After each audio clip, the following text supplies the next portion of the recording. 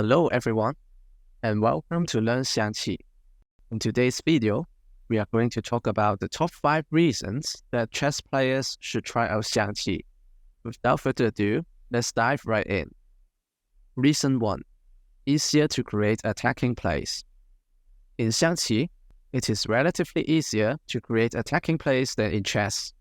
If you look at the chessboard, for both sides, there is a pawn on every file.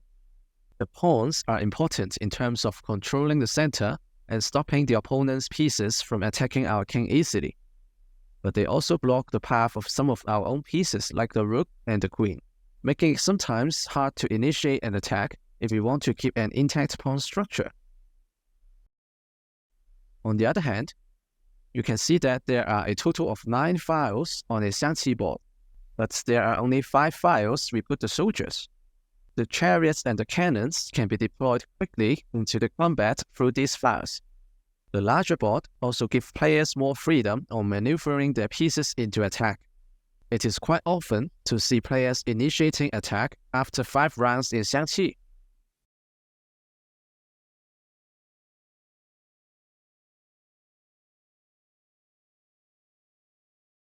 Therefore, if you are a chess player who loves to attack and would like to attack from the start of the game, Xiangqi would be an excellent choice for you.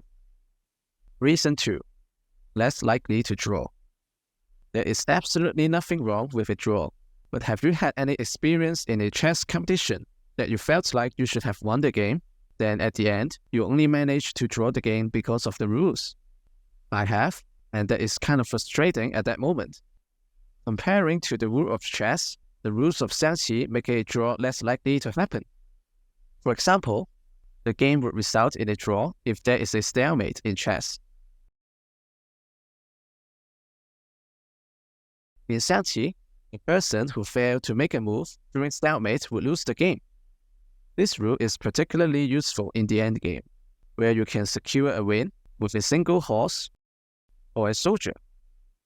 This rule makes the endgame in Xiangqi interesting, where you can try forcing your opponent into a stalemate and win the game.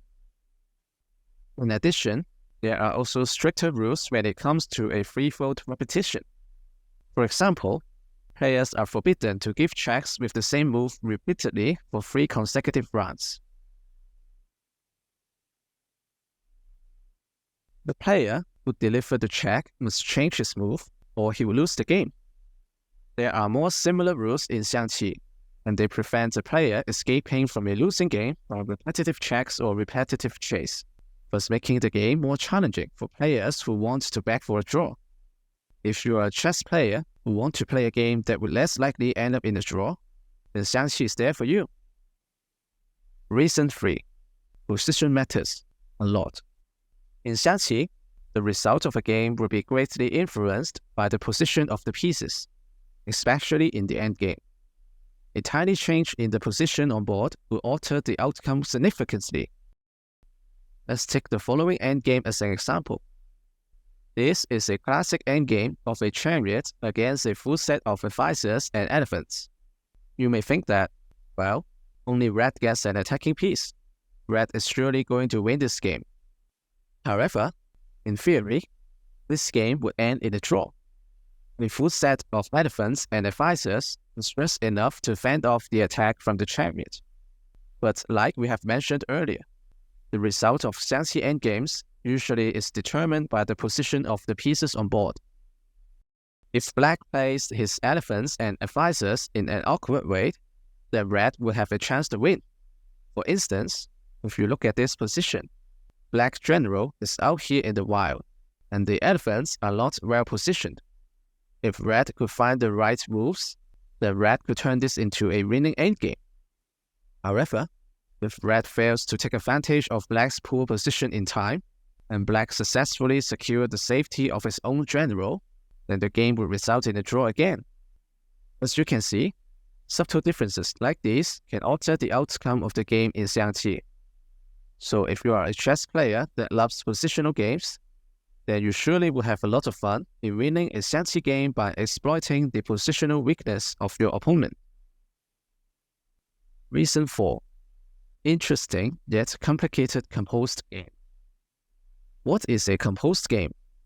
A composed game is a special kind of endgame puzzles created by Xiangqi enthusiasts.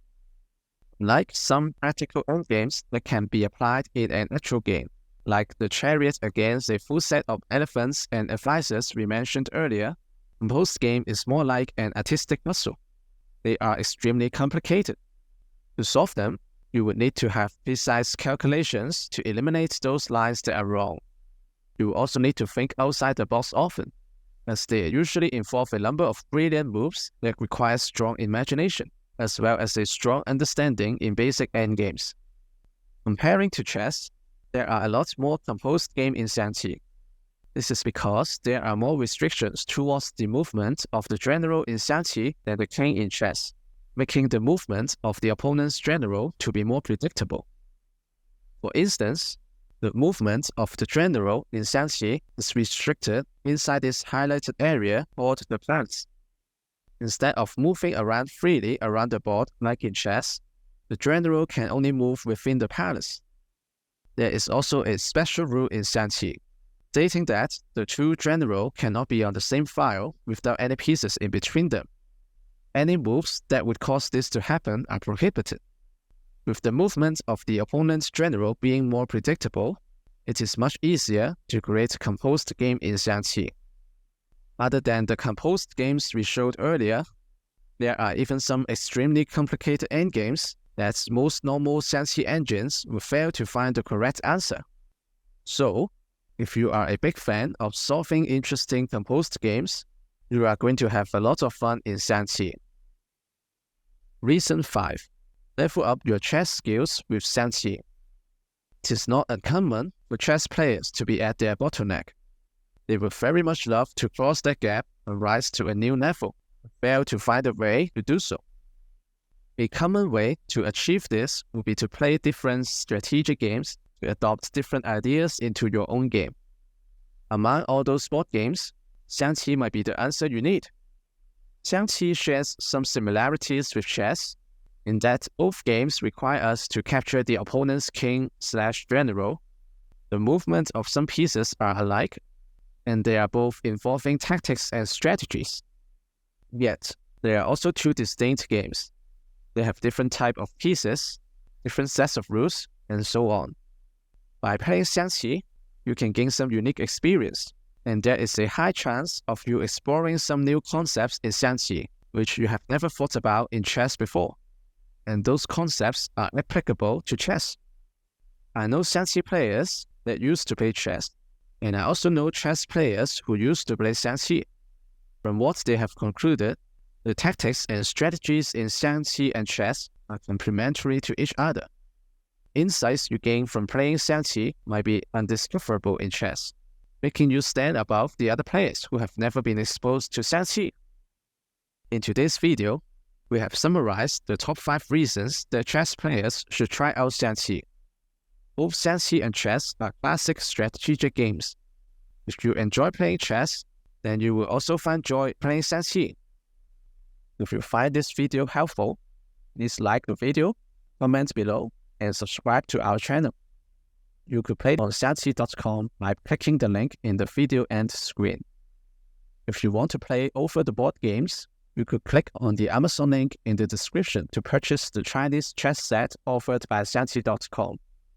You could also join our Discord community by clicking the invitation link in the description.